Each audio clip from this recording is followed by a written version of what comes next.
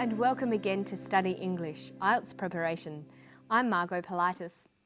Today we're going to look at classification, how things are sorted into classes or groups. We'll listen to an archaeologist talking about artefacts, things left behind from the past, and what sorts of groups they belong to. And we'll finish by doing some pronunciation practice on final S sounds. Well, these are all artefacts from the cesspits at Castleton Place, and there's a real assortment of different types. Some of the artefacts we've got relate to, the leisure time activity, the pastimes that people might have had. There are some gaming tokens. This is a lead disc with a horse figurine on it as well. It would have been used as some sort of betting token. The dice there, the bone dice as well. There's a couple of dominoes. One's made out of bone, one we think's made out of slate. Some of the other pieces, we've got a lead rifle that would have been a part of a child's toy soldier set. Yeah, these bones again from the cesspits at Castleton, and quite clearly it's been cut. These aren't natural breaks at all. Right. These are what we refer to as butchering marks. So we're not just learning what sort of animals were being eaten at Castleton, we're also learning about the cuts of meat that were being provided, whether it's been done locally by the individual house owners or whether they're going to a local butcher. I think the artefacts from Castleton Place and the other results of the archaeological process are important because they give us a really rare insight into the way Melbourne operated in its early years. The speaker, Jeremy Smith, is discussing the artefacts he's found in Melbourne. Let's look at how he classifies or sorts out these artefacts for us. First, the opening statement tells us what is being classified. This is an orientation. Then the things are classified according to certain criteria. They're put into groups. Finally, at the end of the classification, there's a summary or a comment on the groups and their significance. Let's listen to Jeremy's opening statement or orientation. Well, these are all artefacts from the cesspits at Castleton Place, and there's a real assortment of different types. So the topic of this classification is the artefacts from Castleton Place. We are told that there is a real assortment of different types. From this opening statement, we would expect the rest of the passage to be about the different types of artefacts found there. And that's exactly what's given.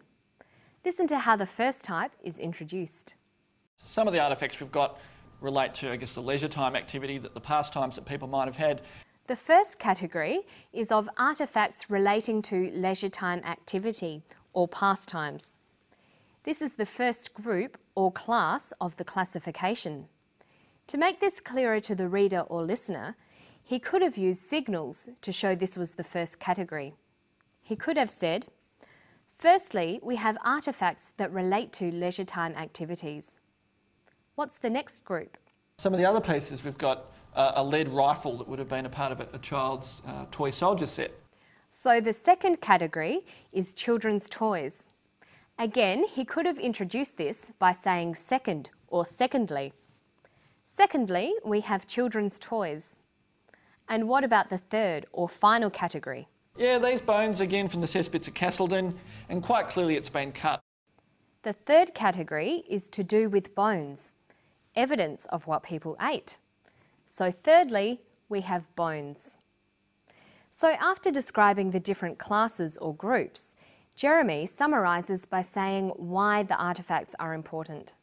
I think the artefacts from Castleton Place and the other results of the archaeological process are important because they give us a really rare insight into the way Melbourne operated in its early years. This is a summary statement. He finishes by giving a comment on the importance of the classification. Here he is saying the artefacts are important because of the rare insights they give us. They show what life was like in Melbourne many years ago.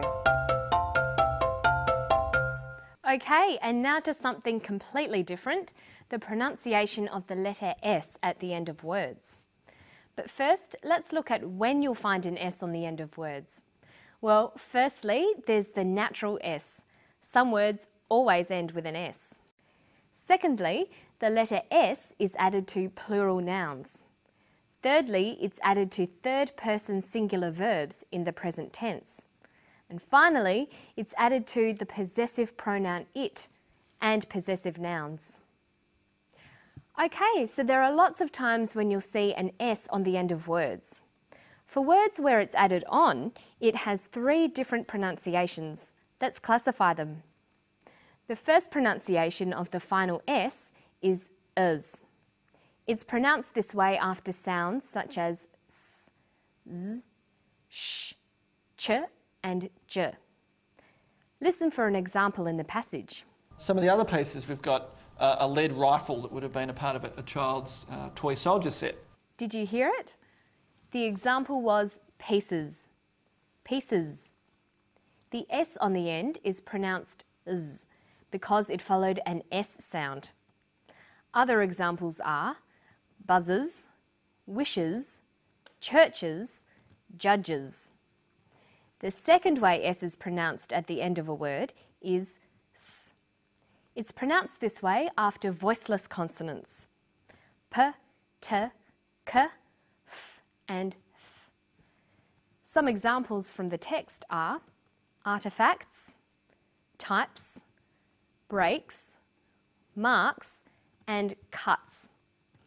The rest of the time, that is after voiced consonants such as b, d, g, l, v, v, n, and after vowels and diphthongs, the final S is pronounced z. Examples from the text are theirs, pastimes, tokens, dominoes, child's, bones, animals, years. Now listen to the clip again and try to hear the difference between these final S sounds. Yeah, these bones again from the cesspits of Castleton, and quite clearly it's been cut. These aren't natural breaks at all. Right. These are what we refer to as butchering marks. Its is a word that even native English speakers have a lot of trouble with. Its can be written without an apostrophe and with an apostrophe. But what's the difference? Well, with an apostrophe, its is a contraction of it is or it has. Without an apostrophe, its is a possessive pronoun.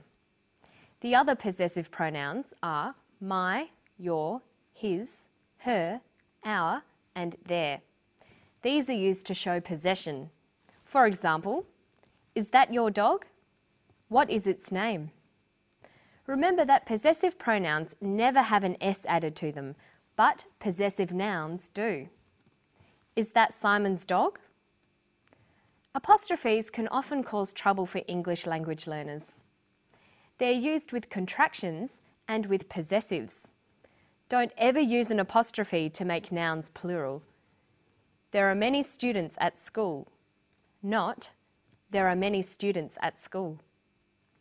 And don't confuse the contraction of a noun and is with the possessive form of the noun. They look the same, but they mean very different things. Mary's dog is ill means the dog that belongs to Mary is ill. Mary's ill today means Mary is ill. Here, Mary's is a contraction of Mary is. Okay, now let's listen to one last clip, then we'll see if you can add some apostrophes. Some of the other pieces, we've got a lead rifle that would have been a part of a child's toy soldier set. He says, some of the other pieces we've got are a lead rifle that would have been part of a child's toy soldier set. We've is a contraction of we have, so that needs an apostrophe. Would've is a contraction of would have, so that needs one too. And the last one? A child's toy soldier set. The toy soldier set belongs to the child. It's a possessive S, so that needs an apostrophe too. And don't forget to practice your pronunciation and punctuation at home whenever you can. You'll get the hang of it quickly, I'm sure. And thanks for joining me for Study English, IELTS preparation. Bye-bye.